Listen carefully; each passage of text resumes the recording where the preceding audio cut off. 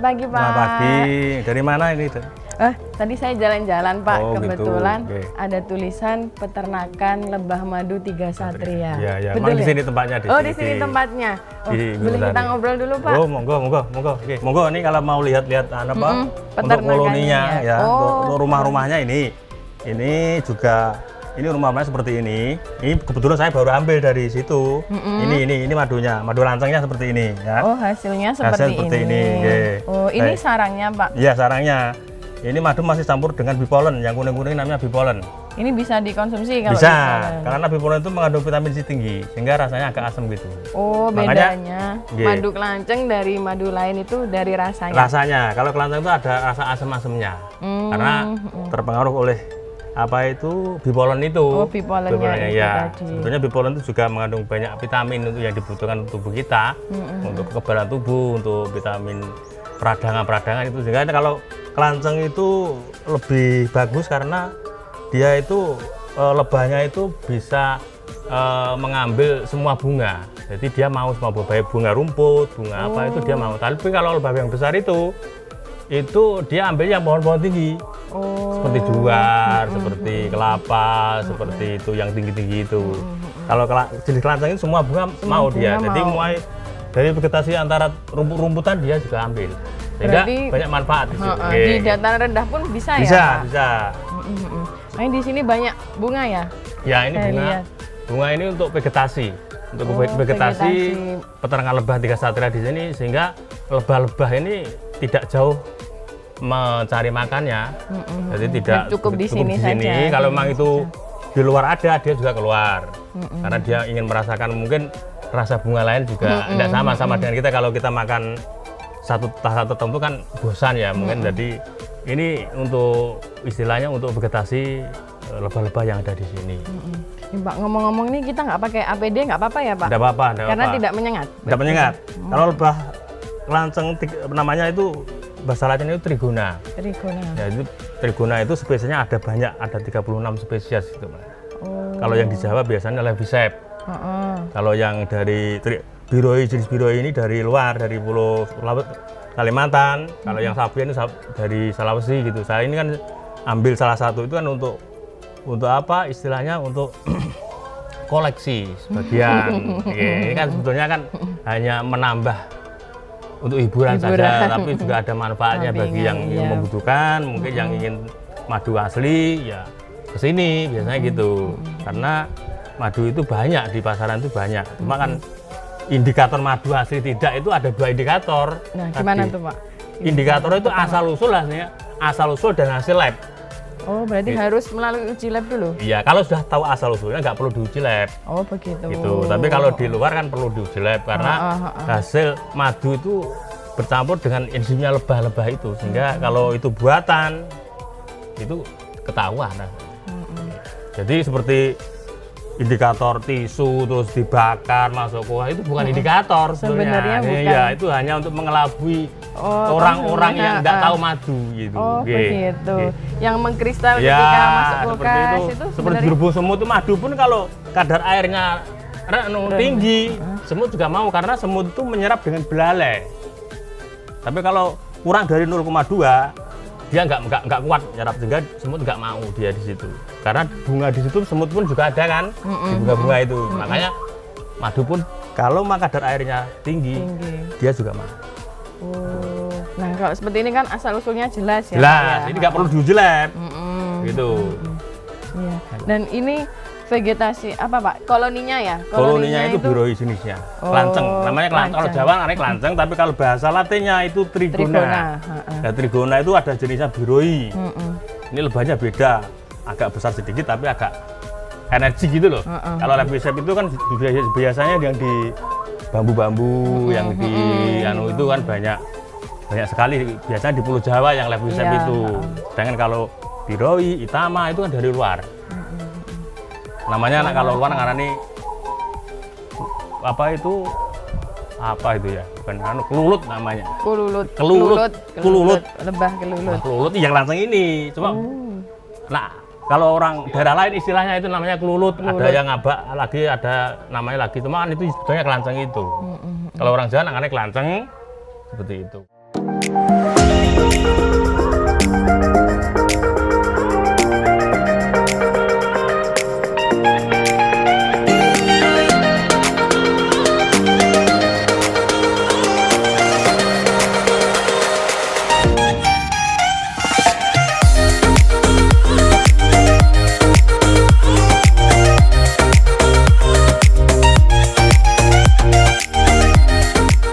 Nah ini jenis lepisep itu yang dulu dari bambu seperti ini, ya toh asal usulnya dari bambu seperti ini. Saya pindah pakai bata, namanya bata ringan ini, sehingga kalau di dalam itu dia suhunya nggak terlalu panas, sehingga perkembangan lebah itu kalau lebah itu kesukaannya kan di daerah lembab, darahnya nggak terlalu panas, jadi suhu kamar itu dia suka, maka perkembangannya akan lebih bagus. Makanya kalau kena panas itu leleh, apa itu? Propolisnya leleh sehingga telurnya nggak jadi tadi yang hitam-hitam tadi, coklat-coklat itu kalau kena panas dia leleh, akhirnya punah. Gitu. Jadi kendalanya di situ. Kalau panas dia akan punah dengan sendiri. Karena apa? Bungkusnya telur tadi yang dari propolis tadi itu akan leleh, meleleh sehingga nggak jadi telur, sehingga propolisnya tadi akhirnya hilang. Makanya kan dari jauh tadi tuh nggak kelihatan Pak kalau ini peternakan, ternyata kalau rumahnya tuh di bata-bata ini, bata-bata ini dan untuk bunga, hiasan bunga seperti itu bisa untuk rumah tangga, bisa memanfaatkan. Ya, biasanya ibu rumah tangga kan di samping untuk apa itu, untuk apa hiasan juga ada manfaat, jadi memaksimalkan apa yang ada di lingkungan kita ya. Sehingga menghasilkan untuk kebutuhan rumah tangga kita seperti itu. Nah seperti itu kan ini bawahnya itu sebetulnya kan kalau nggak di anak nggak tahu kalau itu rumah lebah, kita juga nggak tahu tadi ternyata di dalam ini ada lebah-lebahnya seperti itu sudah banyak sekali. Dan ini di pinggir-pinggir itu banyak, sehingga kalau pecah ya saya anu lagi begitu sampai banyak, sehingga banyak nih seperti ini juga. Ini juga lebah sama ya ini. Ini juga lebah. Pak, kesulitan dari budidaya madu kelanceng ini apa Pak? Apanya? Kesulitannya? Kalau kesulitannya sebetulnya ya kalau musim hujan itu agak berkurang. Produksi madunya berkurang. Karena kan bunga itu kalau kena air hujan dia kan luntur, sehingga cairan manis yang ada di bunga itu nektarnya itu akan luntur sama air hujan, bersama air hujan itu, sehingga jadi berkurang jauh gitu. Kalau musim-musim terang ini agak cepet dia, karena cairan dari bunga-bunga itu keluar, diserap dia langsung sudah pulang. Tapi kalau musim hujan, kena hujan dia sudah luntur, tidak ada yang serap, tidak ada, cuma dia ambil bipolinnya saja biasanya gitu. Yang kuning-kuning ini, kuningnya itu. Ini berarti semuanya ada manfaatnya nih Pak ya? Ada manfaatnya. Jadi kalau madunya juga ada manfaat, terus bipolennya juga manfaat. Kan banyak yang dijual di luar-luar itu kan seperti bipolen yang kering itu ada di Shopee, di Adu. Nah, kalau ini kan masih segar. Iya, segar. Rasanya beda sudah dengan yang dikering itu, seperti itu. Nah, untuk apa? Untuk vegetasinya bunga-bunga seperti ini ya, di atas itu. Nah, itu yang di atas juga ada. Kalau yang di atas ini lebah apis serana namanya. Yang besar yang sengat. Yang tadi yang madunya manis tadi. Ini. Ya yang ini. Lebahnya besar-besar itu. Berarti di sini totalnya ada berapa jenis lebah? Ini ada 4 jenis lebah. Ada 4 jenis lebah. Ada yang trigon, ada yang biroi, ada yang lepisep, ada sapien, ada yang apis serana. Jadi ada 4 jenis. Kadang-kadang ya kalau itu rutin ya itu biasanya. Tapi kan di samping itu juga ada madu liar di sini, juga ada yang dari hutan itu. Tapi kerjasama dengan para pemanjat saya. Langsung dari irisan langsung dikirim ke sini. Jadi bukan dari istilahnya drum-druman bukan, itu sudah nggak masuk. Kurang moso tuh sampai segitu banyak kan begitu. Padahal madu murni itu tidak banyak sebetulnya. Sebenarnya ya seperti ini tidak banyak. Tidak banyak seperti ini. Mungkin udah dicampur atau apa kita? Ya nggak tahu, itu kan sudah proses dari luar kan nggak tahu kita. Makanya tadi saya katakan indikator madu hanya 2 tadi, asal usul dan hasil lab tadi. Kalau sudah tahu asal usul nggak perlu di lab. Kalau nggak tahu asal usulnya perlu di lab. Mas, tapi kan masyarakat apakah terus beli madu 100 mulai nge-lab, pada biaya nge-lab ketiga nggak mungkin kan. Ya kita secara logika aja cari yang langsung saja. Iya, yang sudah tahu, jelas. Ya jelas, gitu gitu. ya, Pak. Lalu untuk panennya Pak setiap berapa bulan sekali? Kalau yang ini yang Levisep itu 4 sampai 5 bulan.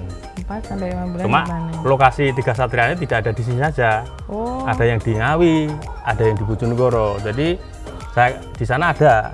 Jadi saya pecah gitu, pecah cabang istilahnya. Jadi kalau yang sini telat, saya dikirim dari sana. Kalau sana telat, ini kirim dari sana gitu. Jadi perputarannya tidak satu lokasi ini karena biar lebih cepat. iya, karena ya. kalau lebah itu kalau vegetasinya hanya terbatas, dia tidak akan berkembang pesat. Begitu.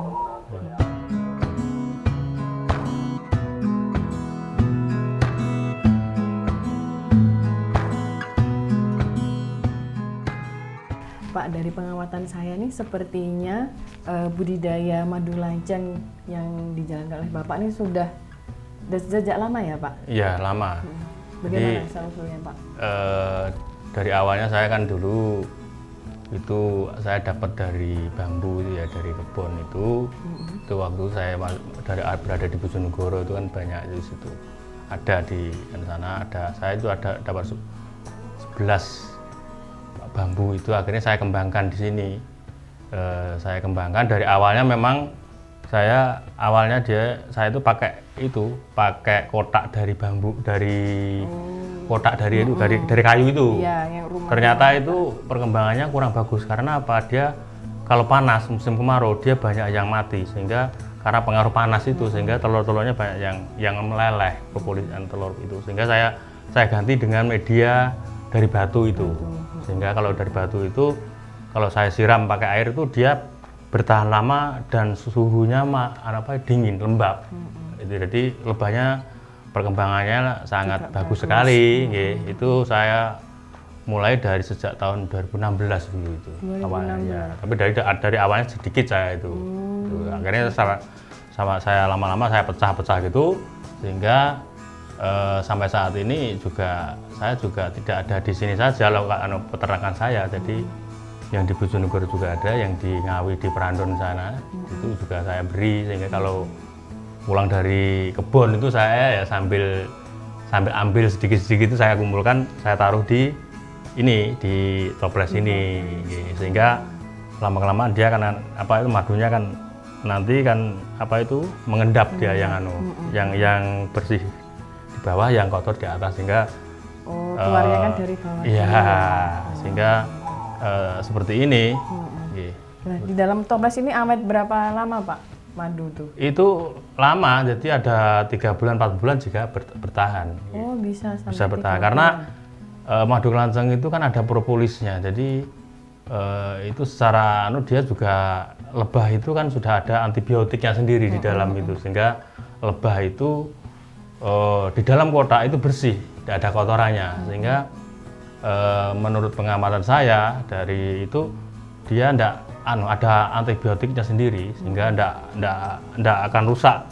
Jadi kotorannya nggak dibawa masuk ke dalam rumahnya dia gitu ya. Kalau ada kotoran di dalam kotak itu, dia diambil bawa terbang, dilepas di alam terbuka. Oh, jadi ndak di dalam kotak, ada di dalam kotak. Misalkan ada yang mati ya di dalam, dia digigit langsung dibawa terbang, selepas di alam bebas. Oh, begitu. Jadi tidak ada kotoran lebah di dalam itu, tidak ada. Makanya bedanya antara lebah dengan lalat itu sudah beda jauh. Jadi sangat higienis. Sangat higienis dari gigi. Sangat higienis. Kalau lalat kan kotor, kalau ini kan tidak. Iya. Dia tidak mengganggu orang selama dia tidak diganggu. Lalu dalam perkembangannya Pak dari tahun 2016 itu Anda memasarkan ke mana saja? Kalau pemasarannya itu saya lewat online. Oh, dijual di online. Terus di sekitar kita juga ada yang membutuhkan madu asli gitu. Saya kebanyakan kesini. Langsung datang ke sini. Biasanya untuk obat anaknya panas apa gimana gitu. Seperti kemarin yang corona itu malah telat sini karena kan untuk waktu Covid itu kan banyak yang membutuhkan madu itu, sehingga di sini sangat telat dulu sehingga pemasarannya juga yang luar kota enggak kebagian. Makanya kan kadang pemasaran saya itu tidak dari dalam kota saja, tetapi di luar kota yang sudah langganan tetap itu, bahkan dari luar Jawa juga ada. Oh, pernah mengirim ke luar Jawa juga? Jawa, seperti Sulawesi, seperti. Oh, sudah sampai Sulawesi. Ya, di Ternate, di Parepare. Untuk pengemasannya dikemas sendiri ya Pak? Saya kemas sendiri, saya berikan botol seperti ini. Ya, ini botol ini 1/4 liter ini, 250 mili. 250 mili. Ini kalau saya jual 100. 100.000. Iya, kalau yang seperti ini 500 mili, setengah liter. Setengah liter ini. Jadi kalau kemasan pakai ini kan pasti kan nggak tahan pecah dia. Ya, kalau di luar kota. Iya. Terus aman. Kalau yang ini 50, yang ini 125 mili. Mili, jadi bukan kilo, saya pakai mililiter. Di antara liter dengan kilo itu banyak liter. Banyak liter. Okay. Sekali panen tuh dapat berapa liter, Pak? Kadang kita panennya kan reguler ya. Jadi step by step gitu, enggak keseluruhan gitu. Jadi ini misalkan saya ambil 10 kotak, terus mungkin 2 minggu lagi ambil 10 kotak. Terkadang gitu tapi kalau memang dikalkulasi itu sampai 7 sampai 6 liter dalam sekali ya, 7 sampai 6 liter. Itu yang sekalian yang ada di lokasi sini. Jadi cara panennya itu tadi diambil langsung. Ya, tadi kan sudah saya praktekkan tadi. Waktu diambil terus nanti dimasukkan sini dia akan mengendap sendiri tadi. Terkadang kalau enggak itu saya peres gitu pakai sarung tangan itu. Sehingga kalau diperes kan dia campur dengan bipolen tadi, makanya rasanya agak asam gitu loh. Memang gitu. Bedanya di situ gitu, kan di lanceng itu ya. Karena vitamin C-nya sepertinya lebih tinggi ya, lebih Pak. Tinggi. Terus antibiotiknya kan tinggi. Makanya kan madu kelanceng bedanya itu kalau madu kelanceng itu ada propolisnya. Kalau madu serana itu tidak ada propolisnya, hanya lilin lebah. Gitu. Makanya kan banyaknya sekarang yang jual propolis yang cair tetes itu bahannya dari sini. Dari propolis madu kelanceng itu. Itu dipanaskan mencair dia.